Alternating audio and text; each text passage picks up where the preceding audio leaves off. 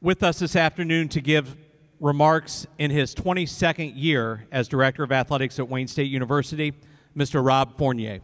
Rob?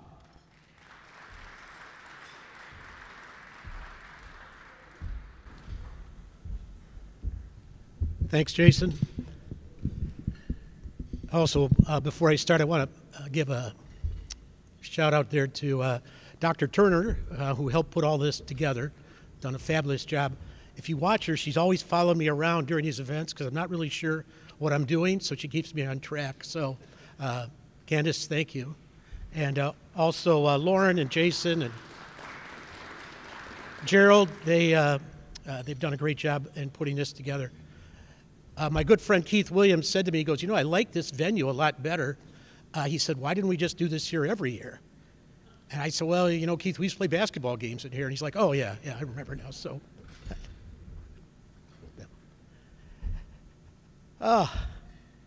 where have you been? I'm waiting 2 years for this.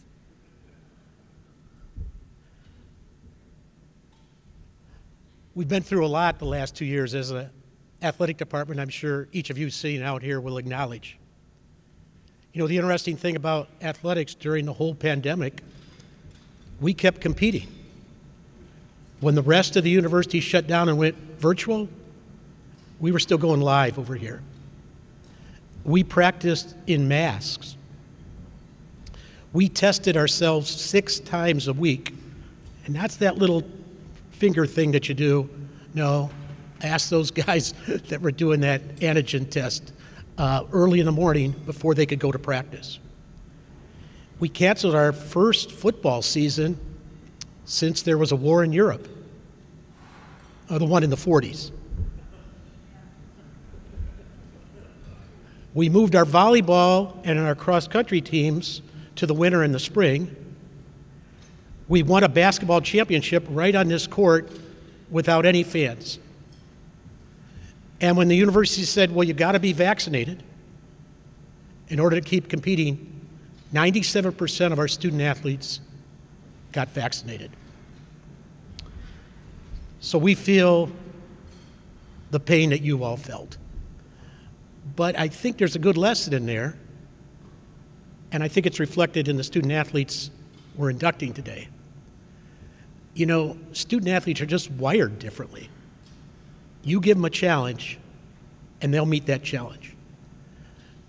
And thanks to the president, who understood that, athletics was given an opportunity to continue while the rest of the campus was shut down. I've been waiting 2 years now to introduce this class, and I'm glad we've had this opportunity today.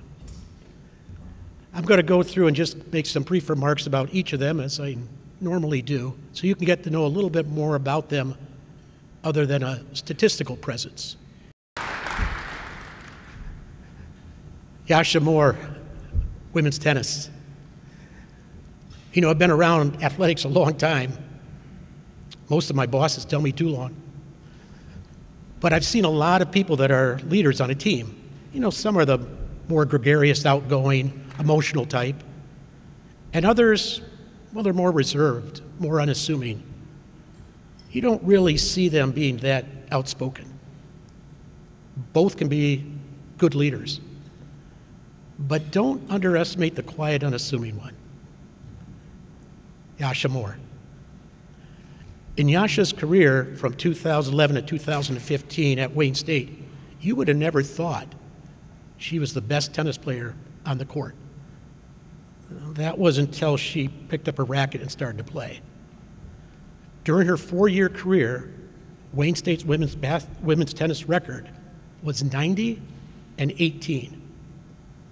And this is an amazing statistic. Yahsha won 79% of every match that she was in. 79%. Where's GLIAC? Can I round that up to 80? That's like a phenomenal number.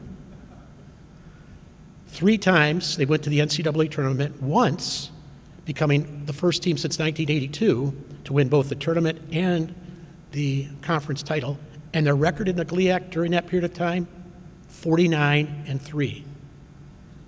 Yahsha finished her career Her individual record was 184-49, and she remains, with 97 doubles victories, the all-time leader in that category, and 87 singles victories in third place. But the most important thing to put in that context is that her sophomore, junior, and senior year, she played number one. She played the best that the opposition could throw out there.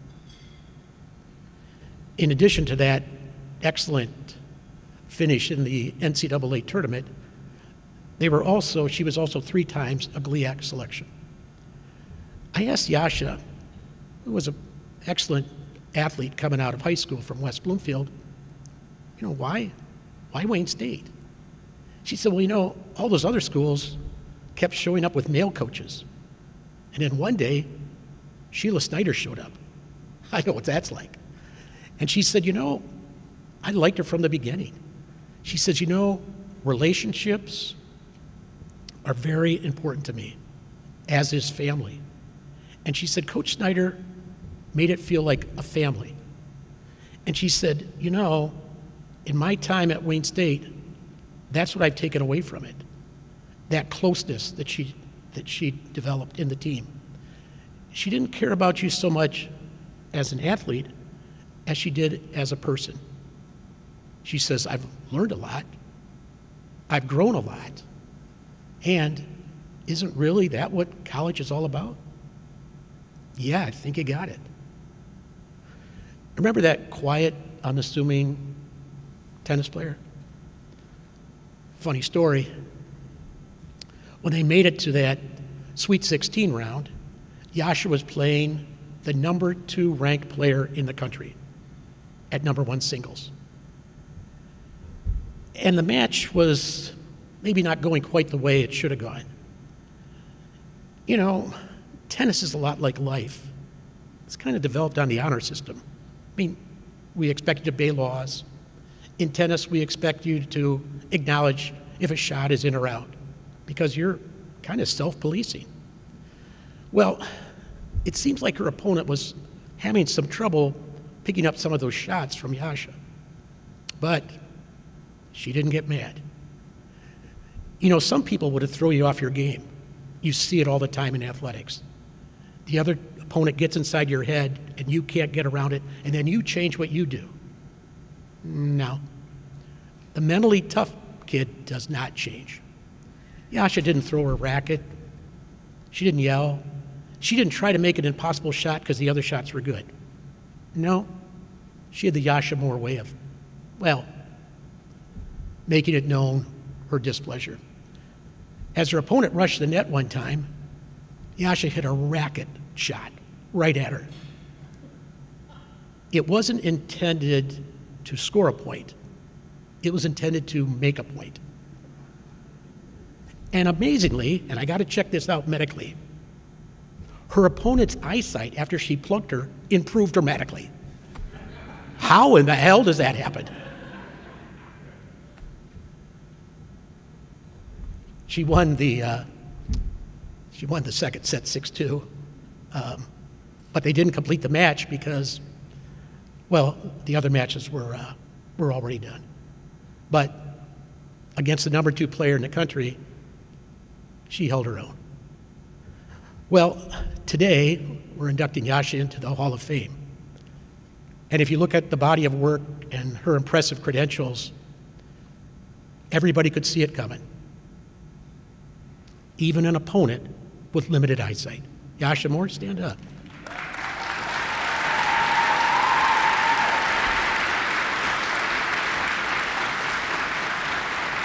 Yahsha Moore.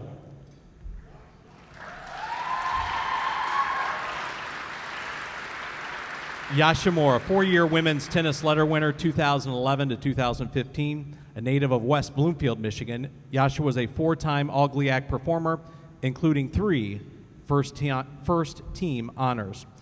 When she finished her career, she was first in school history with 97 doubles wins and third with 87 singles victories. Talked about the 79% of the college matches that she won playing number 1 singles. As a junior, she helped lead Wayne State into the NCAA regionals, winning the first round match against Missouri St. Louis and a second round match against Northwood to advance to the NCAA National Tournament before falling to Armstrong and Lannick in the round of 16. It was the first time in Wayne State history that the team advanced to the round of 16. As a senior, Yahsha led the Warriors to the 2014 GLIAC regular season and tournament championship. It was the first championship for women's tennis since 1982. Yahsha, who earned her Bachelor of Arts degree as a psychology major, was a member of the GLIAC All-Academic team and a three-time member of the Coach's Honor Roll. Additionally, Yahsha returned to Wayne State and earned her Master of Arts degree in May of 2019. Rob, it gives me great pleasure to present Miss Yahsha Moore for induction into the Wayne State University Athletic Hall of Fame.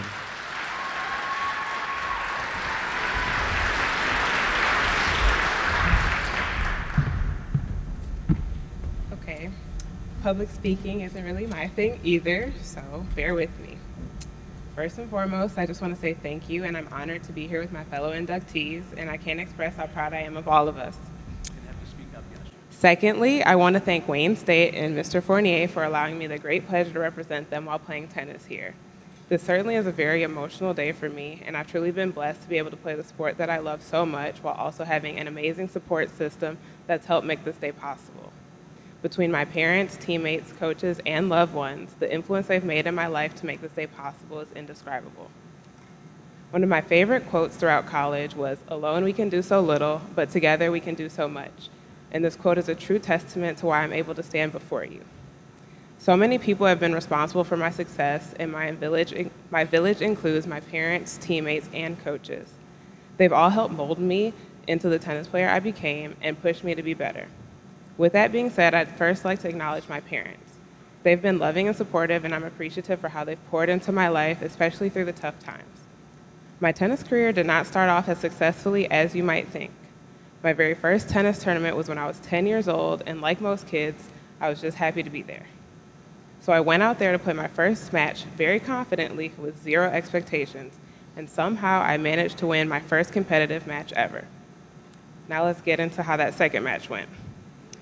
I was slated to play the #1 seed, and at the time, I really didn't even know what that meant, but I found out shortly after. Before the match, I noticed her in the hallway doing footwork and jump roping, and I thought to myself, oh God, should I be jump roping too? Needless to say, I psyched myself out and proceeded to get my butt kicked. Bad. Let's just say this was the first of many lessons and humble beginnings, because for a while, every tournament after that was loss after loss after loss. My mom, and possibly my toughest critic at the time, was worried maybe I just didn't have the competitive spirit. But my dad would always just tell her, don't worry, it'll come. So my parents continued to support me time and time again until one day it just clicked, like my dad said. I finally learned how to win.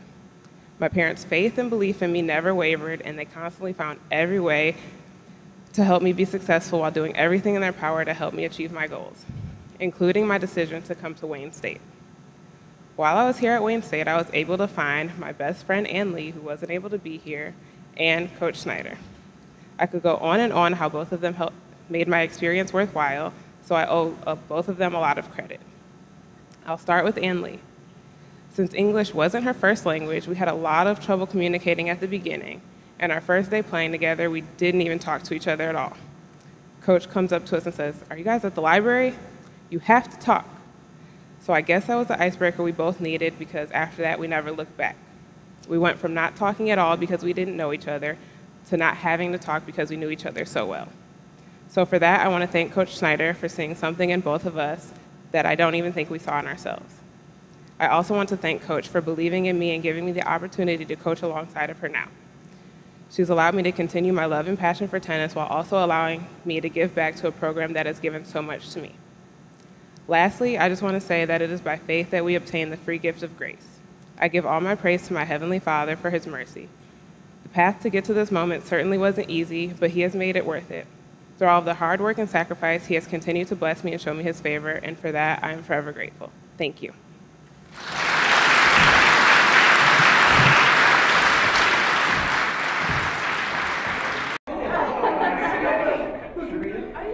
There's a matching It's my pleasure to introduce you to the Hall of Fame class of 2021.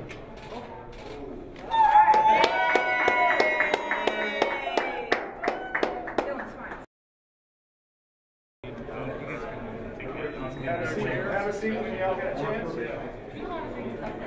One side on our own, but the other one was a giant.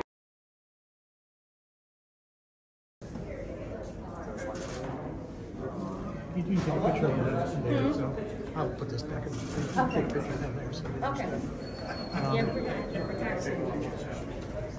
Excuse me. You want to step on over, step on over.